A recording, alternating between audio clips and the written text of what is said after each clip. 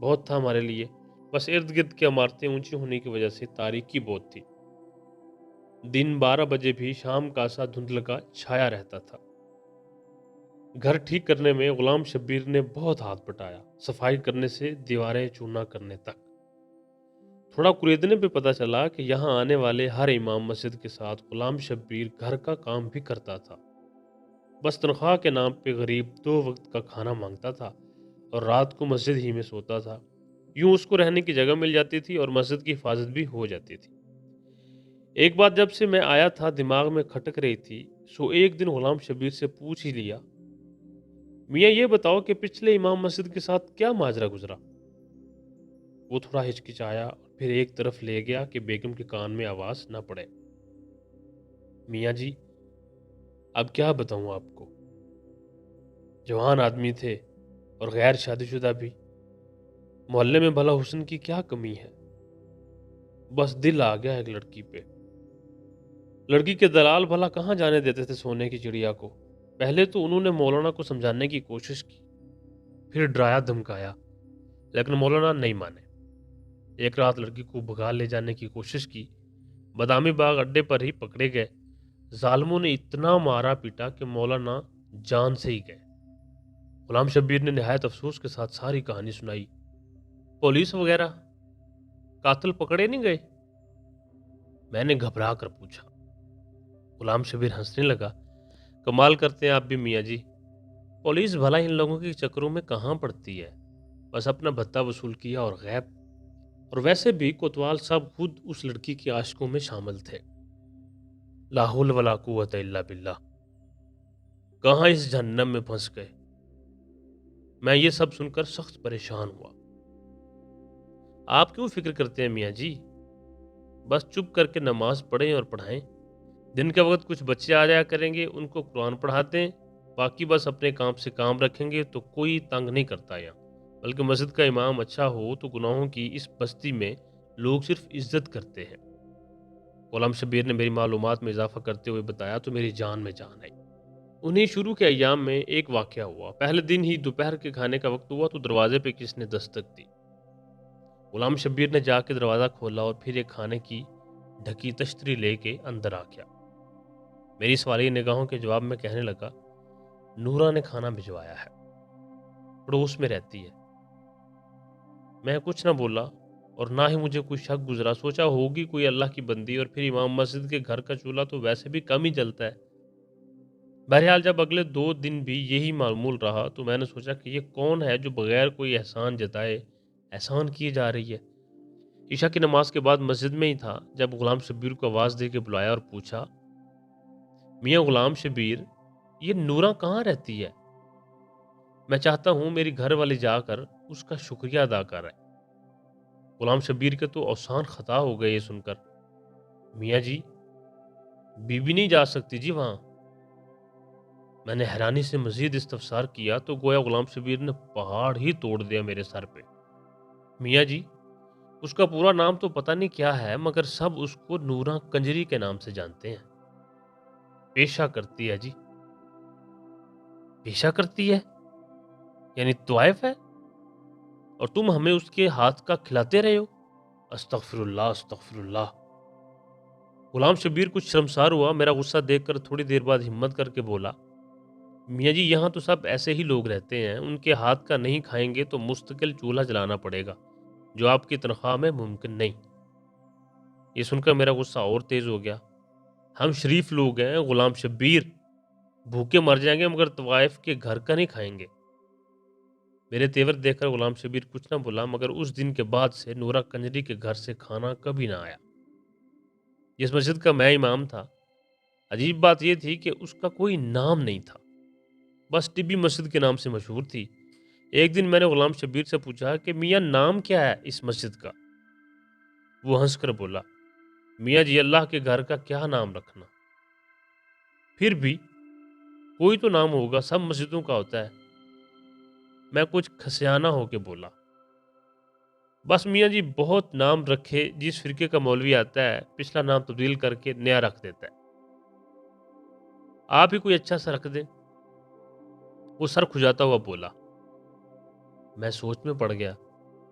گناہوں کی اس بستی میں اس واحد مسجد کا کیا نام رکھا جائے؟ کیا نام رکھا جائے مسجد کا؟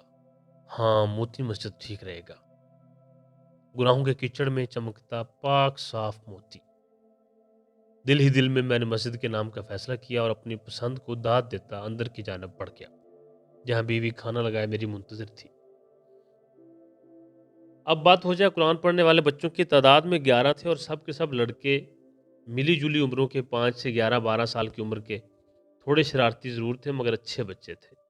نہا دھو کے اور صاف ستھرے کپڑے پہن کے آتے تھے، 2 گھنٹے سپارہ پڑھتے تھے اور پھر باہر گلی میں کھیلنے نکل جاتے۔ کون تھے، کس کی اولاد تھے، نہ میں نے کبھی پوچھا نہ کسی نے بتایا، لیکن پھر ایک دن غضب ہو گیا۔ قرآن پڑھنے والے بچوں میں ایک بچہ نبیل نام کا تھا۔ یوں تو اس میں کوئی خاص بات نہ تھی، لیکن بس تھوڑا زیادہ شرارتی تھا۔ تلاوت میں دل نہیں لگتا تھا، بس آگے پیچھے ہلتا رہتا اور کھیلنے کے انتظار میں لگا رہتا۔ میں بھی در ادھر سے کام لیتا کہ چلو بچہ ہے، لیکن ایک دن ضبط کا دامن میرے ہاتھ سے چھوٹ گیا۔ اس دن صبح سے میرے سر میں ایک عجیب درد تھا۔ غلام شبیر سے مالش کرائی، پیناڈال کی 2 گولیاں بھی کھائیں، مگر درد زور اور بیل کی مانند سر میں چنگھاڑتا رہا۔ درد کے باوجود اور غلام شبیر کے بہت منع کرنے پر بھی میں نے بچوں کا ناغہ نہیں کیا۔ نبیل بھی اس دن معمول سے کچھ زیادہ ہی شرارتیں کر رہا تھا، کبھی ایک کو چھیڑ کبھی دوسرے کو۔ جب اس کی حرکتیں حد سے بڑھ گئیں تو یکا یک میرے دماغ پر غصے کا بھوت سوار ہو گیا اور میں نے پاس رکھی لکڑی کی ریل اٹھا کر نبیل کے دے ماری۔ میں نے نشانہ تو کمر کا لیا تھا، مگر خدا کا کرنا ایسا ہوا کہ ریل بچے کی پیشانی پر جا لگی۔ خون بہتا دیکھ کر مجھے میرے سر کا درد بھول گیا اور میں نے گھبرا کر غلام شبیر کو آواز دی۔ وہ غریب بھاگتا ہوا آیا اور بچے کو اٹھا کے پاس والے ڈاکٹر کے کلینک پر لے گیا۔ خدا کا شکر ہوا کہ چوٹ گہری نہیں لگی تھی، مرم پٹی سے کام چل گیا اور ٹانکے نہ لگے۔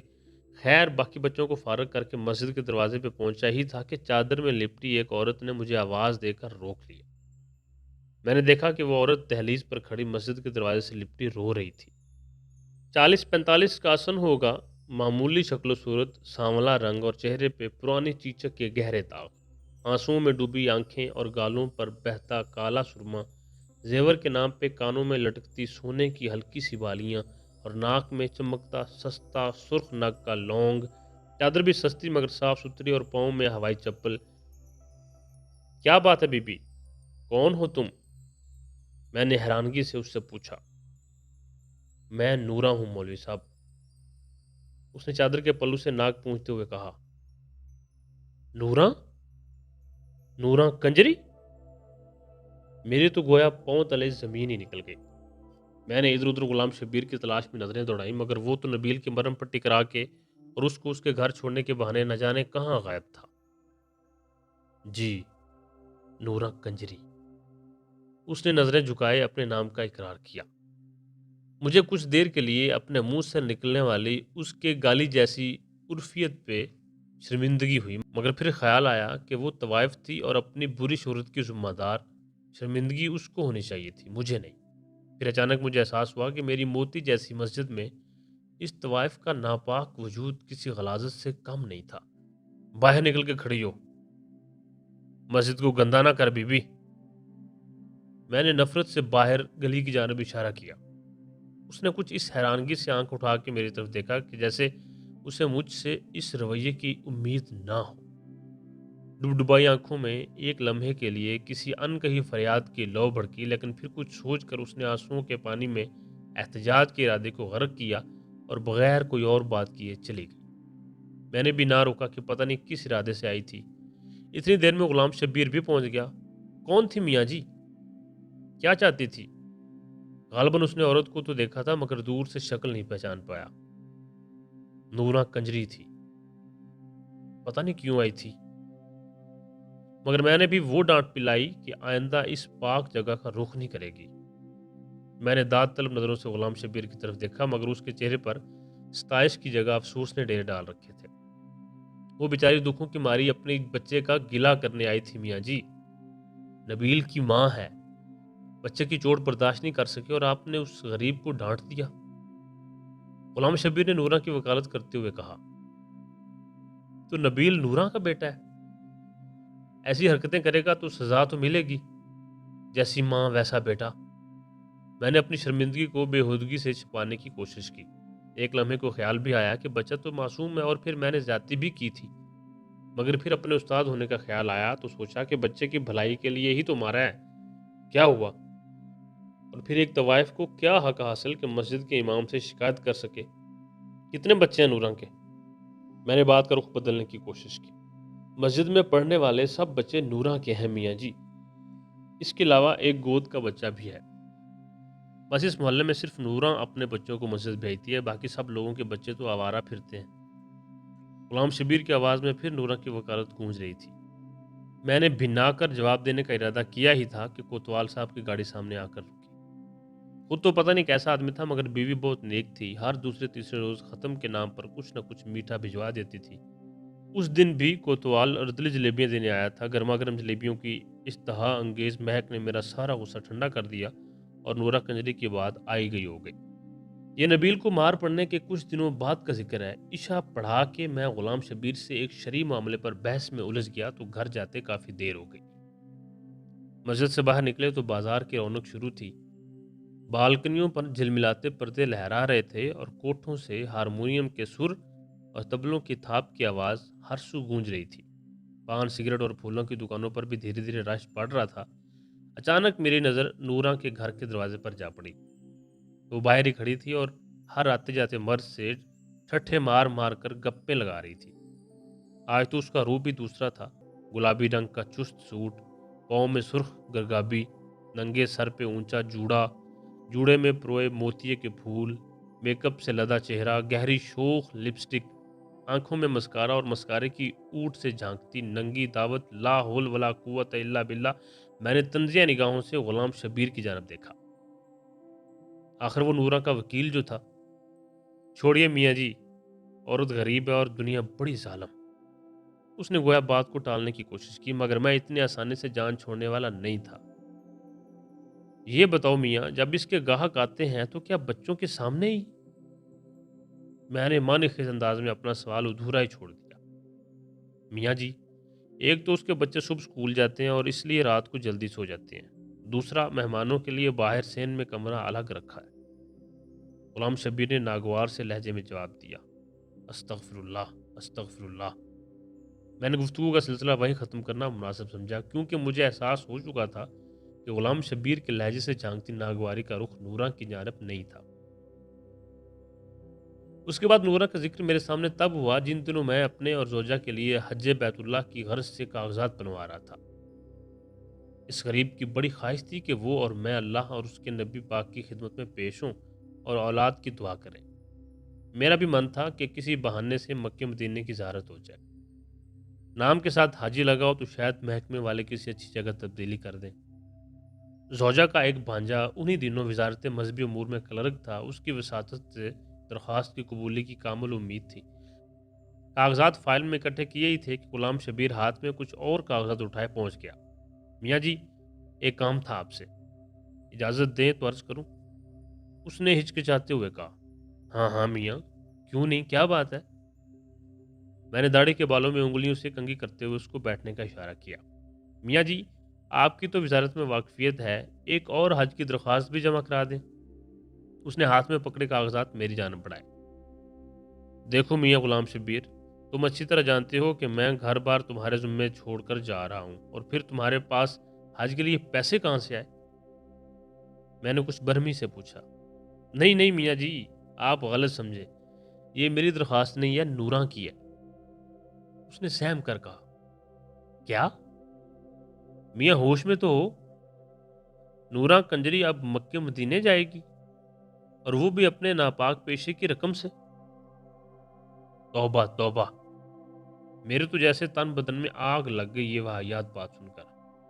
میاں جی، طوائف ہے پر مسلمان بھی تو ہے، اور وہ تو اللہ کا گھر ہے، وہ جس کو بلانا چاہے بلا لے، اس کے لیے سب ایک برابر۔ اپنی طرف سے غلام شبیر نے بڑی گہری بات کی۔ اچھا، اللہ جس کو بلانا چاہے بلا لے، واہ میاں واہ! تو پھر میں درخواست کیوں جمع کراؤں؟ نورا سے کہو سیدھا اللہ تعالیٰ کوئی بھیج دے۔ میں نے غصے سے کہا اور اندر کمرے میں چلا گیا۔ زوجہ کا بھانجا برخوردار نکلا اور اللہ کے فضل و کرم سے میری اور زوجہ کی درخواست قبول ہو گئی۔ ٹکٹ کے پیسے کم پڑے تو اسی بھلی لوگ کے جہیز کے زیور کام آ گئے۔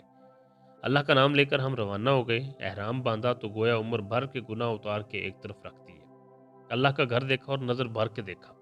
فرائض پورے کرتے کرتے رمی کا دن آ گیا۔ بہت رش تھا، ہزاروں لاکھوں لوگ، ایک ٹھاٹھے مارتا سفید رنگ کا سمندر۔ گرمی بھی بہت تھی، میرا تو دم گھٹنا شروع ہو گیا۔ زوجہ بیچاری کی حالت بھی غیر ہوتی جا رہی تھی۔ اوپر سے غضب کچھ یہ ہوا کہ میرے ہاتھ سے اس غریب کا ہاتھ چھوٹ گیا۔ ہاتھ کیا چھوٹا، لوگوں کا ایک ریلا مجھے رگیدتا ہوا پتہ نہیں کہاں سے کہاں لے گیا۔ عجب حالات تھے، کسی کو دوسرے کا خیال نہیں تھا، ہر کوئی بس اپنی جان بچانے کے چکر میں تھا۔ میں نے بھی لاکھ اپنے آپ کو سنبھالنے کی کوشش کی مگر پیر رپٹ ہی گیا۔ میں نیچے کیا گرا، ایک عذاب نازل ہو گیا۔ ایک نے میرے پیٹ پر پیر رکھا تو دوسرے نے میرے سر کو پتھر سمجھ کر ٹھوکر ماری۔ موت میری آنکھوں کے سامنے ناچنے لگی۔ میں نے کلمہ پڑھا اور آنکھیں بند کی ہی تھیں کہ کسی اللہ کے بندے نے میرا دایاں ہاتھ پکڑ کے کھینچا اور مجھے سہارا دے کر کھڑا کر دیا۔ میں نے سانس درست کی اور اپنے محسن کا شکریہ ادا کرنے کے لیے اس کی طرف نگاہ کی۔ مانو ایک لمحے کے لیے تو بجلی ہی گر پڑی۔ کیا دیکھتا ہوں کہ میرا ہاتھ مضبوطی سے تھامے نوراں کنجری کھڑی مسکرا رہی تھی۔ یہ ناپاک عورت یہاں کیسے آ گئی؟ اس کی حج کی درخواست کس نے اور کب منظور کی؟ میں نے ہاتھ چھڑانے کی بہت کوشش کی مگر کہاں صاحب، ایک آہنی گرفت تھی، میں نہیں چھڑا سکا۔ وہ مجھے اپنے پیچھے کھینچتی ہوئی ایک طرف لے گئی۔ اس طرف کچھ عورتیں اکٹھی تھیں۔ اچانک میری نظر زوجہ پر پڑی جس کی آنکھوں میں آنسو تھے اور وہ بےتاب نگاہوں سے مجمع ٹٹول رہی تھی۔ ہماری نظریں ملی تو سب الفت بھول گئی۔ میں دوڑ کر اس تک پہنچا اور آنسو پوچھے، کہاں چلے گئے تھے آپ؟ کچھ ہو جاتا تو؟ پریشانی سے الفاظ اس کے گلے میں اٹک رہے تھے۔ بس کیا بتاؤں، آج مرتے مرتے بچاؤں، جانے کون سی نیکی کام آ گئی۔ میں تو پاؤں تلے روندا جا چکا ہوتا اگر نورا نہیں بچاتی۔ میں نے اس کو تسلی دیتے ہوئے کہا، نورا؟ ہماری پڑوسن نورا؟ وہ یہاں کہاں آ گئی؟ آپ نے کسی اور کو دیکھا ہوگا، اس نے حیرانگی سے کہا۔ ارے نہیں، نورا ہی تھی۔ میں نے ادھر ادھر نورا کی تلاش میں نظریں دوڑائیں مگر وہ تو نہ جانے کب کی جا چکی تھی۔ بعد میں بھی اس کو بہت ڈھونڈا مگر اتنے جم غفیر میں کہاں کوئی ملتا ہے۔ خدا خدا کر کے حج پورا ہوا اور ہم دونوں میاں بیوی وطن واپس روانہ ہوئے۔ لاہور ایئرپورٹ پر غلام شبیر پھولوں کے ہاروں سمیت استقبال کو آیا ہوا تھا۔ بہت مبارک باجی، بہت مبارک میاں جی، بلکہ اب تو میں آپ کو حاجی صاحب کہوں گا۔ اس نے مسکراتے ہوئے ہم دونوں کو مبارکباد دی تو میری گردن حاجی صاحب کا لقب سن کر اکڑ گئی۔ میں نے خوشی سے سرشار ہوتے ہوئے اس کے کندھے پہ تھپکی دی اور سامان اٹھانے کا اشارہ کیا۔ ٹیکسی میں بیٹھے میں نے مسجد اور گھر کی خیریت دریافت کی تو نورا کا خیال آ گیا۔ میاں غلام شبیر، نورا کی سناؤ۔ میرا اشارہ اس کی حج کی درخواست کے بارے میں تھا۔ اس بیچارے کی کیا سناؤں میاں جی؟ لیکن آپ کو کیسے پتہ چلا؟ اس نے حیرانگی سے میری جانب دیکھا۔ بس ملاقات ہوئی تھی مکہ شریف میں۔ میں نے اس کے لہجے میں چھپی اداسی کو اپنی غلط فہمی سمجھا۔ مکہ شریف میں ملاقات ہوئی تھی؟ مذاق نہ کریں میاں جی، نورا تو آپ کے جانے کی اگلے ہی دن قتل ہو گئی تھی۔ اس نے گویا میرے سر پر بم پھوڑا۔ قتل ہو گئی تھی؟ میں نے اچنبھے سے پوچھا۔ جی میاں جی، بیچاری نے حج کے لیے پیسے جوڑ رکھے تھے، اس رات کوئی گاہک آیا اور پیسوں کے پیچھے قتل کر دیا غریب کو۔ ہمیں تو صبح کو پتہ چلا جب اس کے بچوں نے اس کی لاش دیکھی۔ شور مچایا تو سب اکٹھے ہوئے، پولیس والے بھی پہنچ گئے اور اس کی لاش پوسٹ مارٹم کے لیے لے گئے۔ ابھی کل ہی میں مردہ خانے سے میت لے کے آیا ہوں، آج صبح ہی تدفین کی اس کی۔ غلام شبیر کی آواز آنسو میں بھیگ رہی تھی۔ قاتل کا کچھ پتہ چلا؟ میں ابھی بھی حیرانگی کی گرفت میں تھا۔ پولیس کے پاس اتنا وقت کہاں میاں جی کہ طوائفوں کے قاتلوں کو ڈھونڈے۔ اس بیچارے کی تو نماز جنازہ میں بھی بس 3 افراد تھے، میں اور 2 گورکن۔ اس نے افسوس سے ہاتھ ملتے ہوئے کہا، اور اس کے بچے، ان کا کیا بنا؟ میں نے اپنی آنکھوں میں امڑتی نمی پونچھتے ہوئے دریافت کیا۔ نورا کے بچے نہیں ہیں میاں جی۔ غلام شبیر نے میرے کان میں سرگوشی کی۔ طوائفوں کے محلے میں جب کوئی لڑکا پیدا ہوتا ہے تو زیادہ تر اسے راتوں رات اٹھا کر کوڑے کے ڈھیر پر پھینک دیا جاتا ہے۔ وہ سب ایسے ہی بچے تھے۔ نورا سب جانتی تھی کہ کس کے ہاں بچہ ہونے والا ہے، بس لڑکا ہوتا تو اٹھا کر اپنے گھر لے آتی۔ کہنے کو تو طوائف تھی میاں جی، مگر میں گواہ ہوں، غریب جتنا بھی کماتی تھی بچوں پہ خرچ کر دیتی، بس تھوڑے بہت الگ کر کے حج پہ جانے کے لیے جمع کر رکھے تھے، وہ بھی اس کا قاتل لوٹ کر لے گیا۔